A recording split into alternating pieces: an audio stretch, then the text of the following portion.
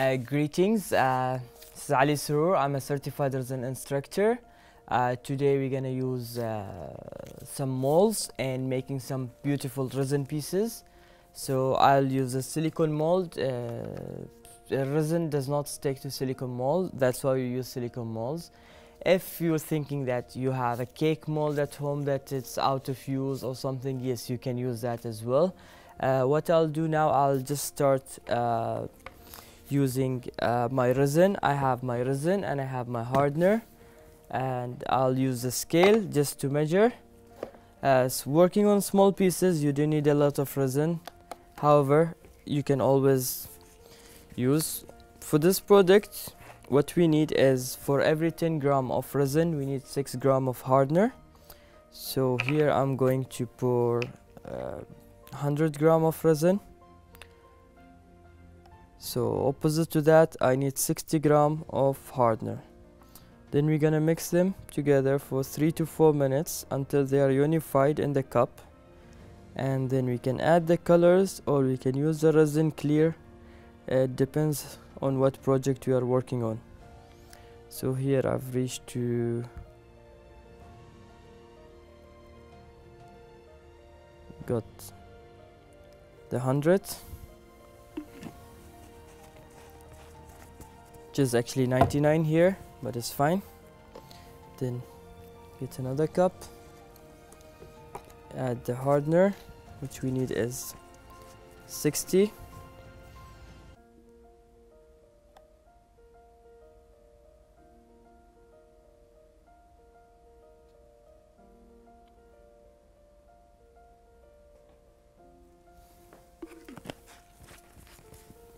So after we measure, we mix both together for 3 to 4 minutes. So we add the hardener, which is lesser, to the resin cup, and we make sure just we removed everything. Many people use the same cup. I use the same cup, but I don't recommend and I don't advise people to use the same cup unless they make sure that they're gonna catch the measurement exactly. Otherwise, if you miss it, you will not be able to add, you will not be able to remove. So you will miss your calculations and you will play with the ratios that you have. So here, as I said, it's for every 10 grams of resin, we need 6 gram of hardener. We mix together. Some people say don't mix so fast, don't stir it fast, it will cause bubbles. Anyways, the bubbles, we're gonna take them off with a torch later on. So I have no worries about the bubbles. Just have to mix it, make sure everything in the cup is mixed together and it looks unified. Should look clear like this. Can look see-through. These are ready pieces that are being removed from a mold, and of course if we work with a mold, the edges will always turn up to be sharp, so we have to work in 2 layers. So the first layer we work on the mold, second layer we remove them, we put them on a cup at home or wherever we're gonna work in the workshop. We put something down so the resin does not drop on the sides. Then we start pouring the last top coat here in an open surface, so to make sure that this piece is ready. I've done these pieces before, so I just brought them to show you today. This piece is done in one of these same molds, but before the resin dries, we can give it the shape we want and it will end up drying in this way. So we can add objects. As you see here, there is some glass pieces in the pieces that I've used before. Today I'll use some glass as well. So where I'll go add glass on the sides here.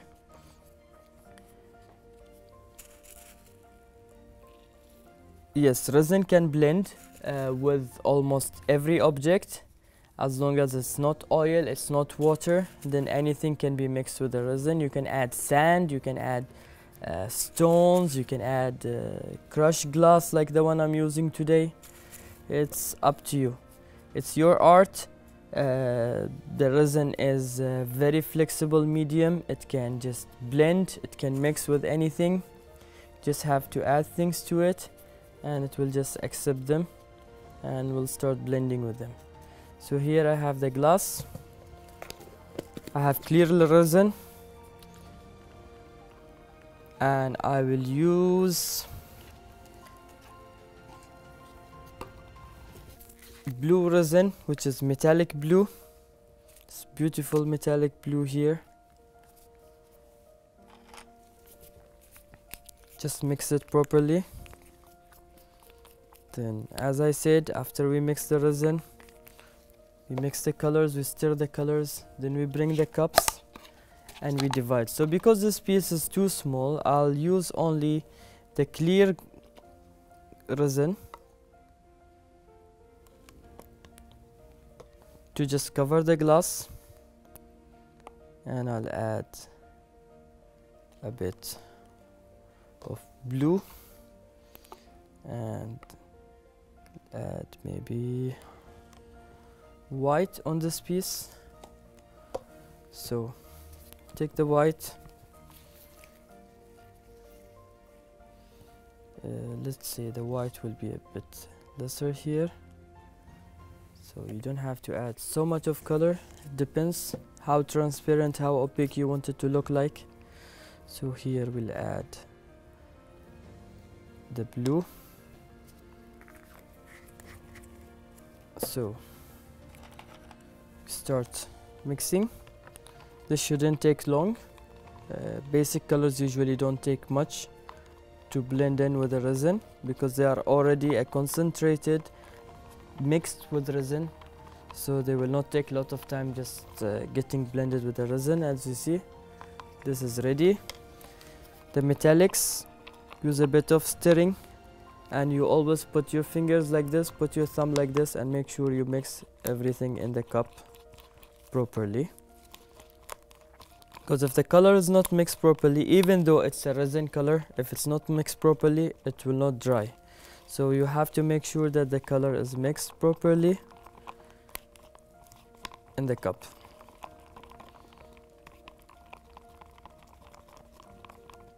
So what we have here is we have the crushed glass, then we have the white, and we have the blue. So what we'll do is we can start with the blue on the edges here. Okay, then we go to the next one.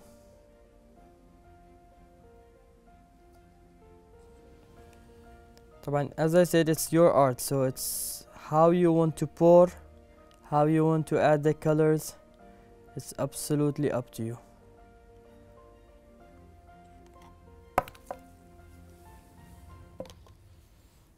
Okay, so now we can add the white on the sides here.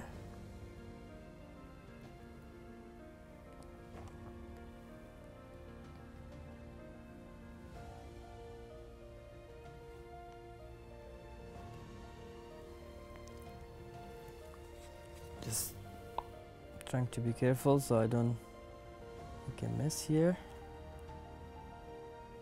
So now each color of resin will push itself, and then they will level themselves in the mold or on the piece wherever we are pouring.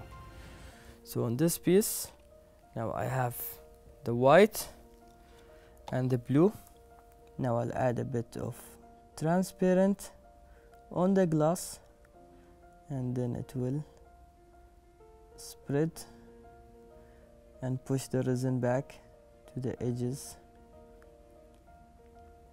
of the thing. Okay, now I have this piece ready. I can make sure that my mold is filled with the resin. You can design it the way you want. If you want, you can use a stick, you can use your hand. Make sure that the table is straight, it's not tilted, otherwise your resin will be all collected on one side. We have this piece now. You can keep it the way it is. We can add a bit of swirls if you want in this way, so it will have a mixture of the blue and the white, and it's not a must. I'm just doing it for the sake of showing you. This is what we have done here. On the other pieces we can use alcohol ink. Alcohol ink is a very famous thing that we're gonna use in resin. It gives a random effect that we don't control. So once we drop an alcohol ink with the resin, they will cause a reaction because the alcohol will do a reaction with the resin, and it will have its own kind of shapes and designs. I'll drop an alcohol ink in the white to see how it will react. As you see, it's bubbling here, and it will start just having the way it wants to. I'm just adding to the edges here, just make it look similar to each other. This piece is almost ready, unless if I want to add a little bit more of resin, because I can see that my mold has less resin here, so I can add. If I want, I can add this way, I can add it here. It's up to you, because depends if it's white or if it's clear. I've added to this. I can add a bit of this if I want. I can just add it this way. Okay, it will have different layers, different grades of the same colors. We can use the lighter. Don't worry, the silicone will not burn because of the lighter. Just have to make sure that the lighter is not too high. Just look down, make sure that